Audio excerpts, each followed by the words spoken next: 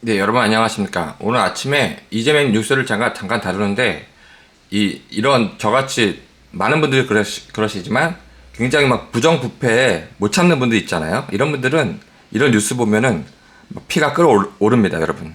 뭐 이게 나쁜 건 아니라고 생각이 들어서, 일단 오늘 특종이 두 개 나오고 있는데, 중앙에서 대장동 최초 이의 제기자가 친형이었다. 놀랍습니다. 그리고 조선일보에서는 유동규 압수수색할 때 검사만 먼저 들어가서 두세 시간 동안 면담을 했다? 면담을 해요? 압수수색하는데? 제가 계속 드렸죠. 그래서 이런 일반적인 경우에도, 정상적인 미국 같은 경우에도 공권력에 대해서, 권력에 대해서는 항상 의문을 갖는 게 시민들이 하는 일입니다. 언론들이. 근데 그게 좀 더 부패가 많고 전체주의적으로 가는 국가에서는 우리는 의문을 많이 그럴 수밖에 없습니다.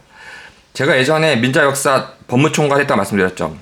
민자역사가 5천억 넘는 것도 있고 굉장히 많은데 제가 어떤 구체적으로 말씀 못 드려요. 근데 거기 법무총괄을 했어요. 모든 사업이 다 있습니다. 거기 어떤 특정 시 거기 무슨 부서들, 그다음에 회의, 주민들도 모으고 무슨 위원들도 모으고 국토 어디 뭐 행정부 그 상하 계층 무수한 허락받고 아니 심의하고 뭐 제출하고 정말로 많은 단계가 있거든요. 뭐 건설회사랑 뭐 하고 수많은 회의가 있는데 그런 거는 그냥 하면 돼요. 문제가 뭐냐면 비리가 어디서 나오냐면 법조인들, 관련된 법조인들, 경찰 단계도 아니고 검찰 단계에서 가장 많습니다. 검찰 단계.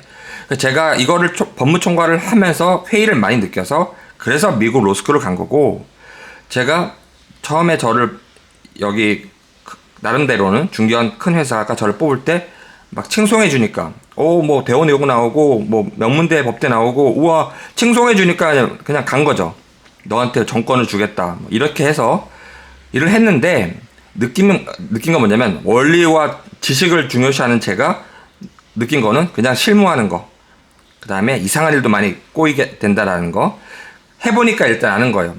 그리고 처음에 법대 갔을 때 교수 중에서 어떤 교수인지 제가 말씀 안 드리는데 굉장히 유명한, 한국에서 굉장히 유명한 교수님이 촉이라는 걸 강조하실 때 저는 안 믿었어요. 촉이라는 걸 안 믿었는데 살다 보니까 어떤 뭐 비보호자회전에서 이상한 형태의 교통수단과 어떤 방식으로 사고가 났을 때 유사한 사건 10개 다룬 사람과 그런 사건을 1000개 다룬 사람은 그 부분 촉이 달라지는 겁니다. 간접, 직접 경험과 체험에 따라서, 지식에 따라서 촉이 달라지는 거예요. 이제 촉의 의미를 아시겠죠? 따라서 제가 이걸 비교적 최초에 이건 비리가 심각할 것이다라고 비교적 유튜브에서 최초로 보도가 아니죠. 제가 의견을 말했고 그 이후로 제 것을 보는 분들은 없겠지만 줄줄이 나오고 있습니다. 줄줄이. 제가 말씀드리고 싶은 것은 은수미 이재명이 키운 사람에 대한 운전기사가 조폭이었다. 은수미가 조국 만나러 다녔다. 다 있습니다. 제 영상에. 제가 한 게 아니고 공중파에서 다룬 거예요.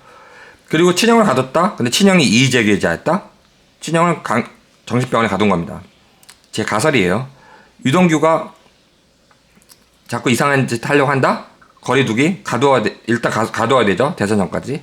그래서 구속시킨 겁니다. 구속은 그러면 이재명이 한 게 아닌데, 뇌물죄도 들어가 있죠, 혐의를. 뇌물 증거 증거를 갖고 있다가, 뇌물 증거를 제시하면 됩니다. 그럼 뇌물죄 구속되죠. 근데 이재명과 관련된, 이재명이 모르는 이재명 밑에 있는 공무원들이 있을 수가 있죠. 그 사람들과 관련된 건 어떻게 한다? 휴대전화 2개 압수 안 했잖아요. 첫 번째, 하나는 버렸고, 압수수색할 때 버린다? 이게 능력이 있는 검찰인가요? 그리고 압수수색하지 않은 예전 거 더 중요한, 이거는 지금 찾지도 않고 있습니다. 이게 무슨 검찰이에요. 그리고 오늘 조선일보 특보는 뭐다?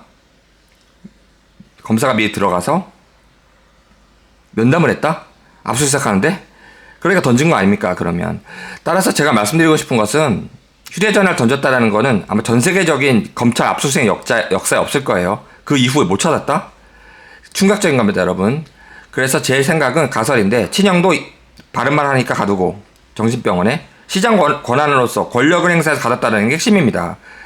시장이든 뭐든 아무것도 하면 안 되는 사람이에요. 김태규 울산의 부장검사인가요? 이재명 아무것도 하면 안 된다고? 그분도 그렇게 얘기하네요. 아무튼 중요한 건 유동규 어제 구속된 것도 돈 준 거 증거 갖고 있다가 그거 살짝 흘리고, 이번 정민 사건에서도 우리 많이 알죠, 흘리는 거. 그리고 가장 중요한 자기네들과 커넥션이 있는 것은 휴대폰 2개는 검찰이 못 갖게 하고, 이런 방법을 쓰는 겁니다. 믿으시면 안 돼요. 권력, 공권력은 끝까지 보셔야 됩니다, 여러분. 따라서 최초 이의제기자가 친형이었다. 아, 그래서 가두어서 입 맞고, 유동규 증거 있던 거 흘려서 입 맞고 구속시켜놓고 대선 가겠다. 뭘 믿고 저러는지 몰랐는데 이재명이 이제 알 수 있는 거죠, 여러분. 따라서 오늘 제가 아침에 너무 화가 나서 이 중앙일보에 오늘 특종, 조선일보도 아까 특종, 검사가 2시간 면담했다. 그래서 시스템 전체가 잘못했다는 걸 좀 강조하는 거고, 조국이 선무당 아무것도 모르는, 이런 그 영미법 아무것도 모르는, 논문 하나 못 쓰는 사람이 이런 모든 걸 주도했다. 이 주도한 역사가 주구장창입니다. 70년 동안을 같은 학파들이 해왔어요. 그래서 검사 지우기. 검사 지우는 선진국이 있다 없다? 없습니다, 여러분. 따라서 제가 말씀드리고 싶은 것은 거짓말로, 그것도 거짓말로 속이고 있는 게 충격적인 거죠. 그 서울 말고 주변만 한번 돌아보세요. 뭐 안산, 수원, 성남, 우리나라 현실이 어떤지 아실 수 있습니다. 오늘 특정 보도에 대해서 제 느낌, 비교적 최초의 이재명에 대해서 비리가 클 것이다 라고 얘기했는데 위례 신도시까지 나오고 있고 비리가 막 드러나고 있고, 친형을 막은 이유도 최초 의혹 제기자이기 때문에, 그 다음 유동규도 구속시킨 이유가 제 생각은 입을 막기 위해 가능성도 있다. 지켜봐야 된다. 여러분 감사합니다.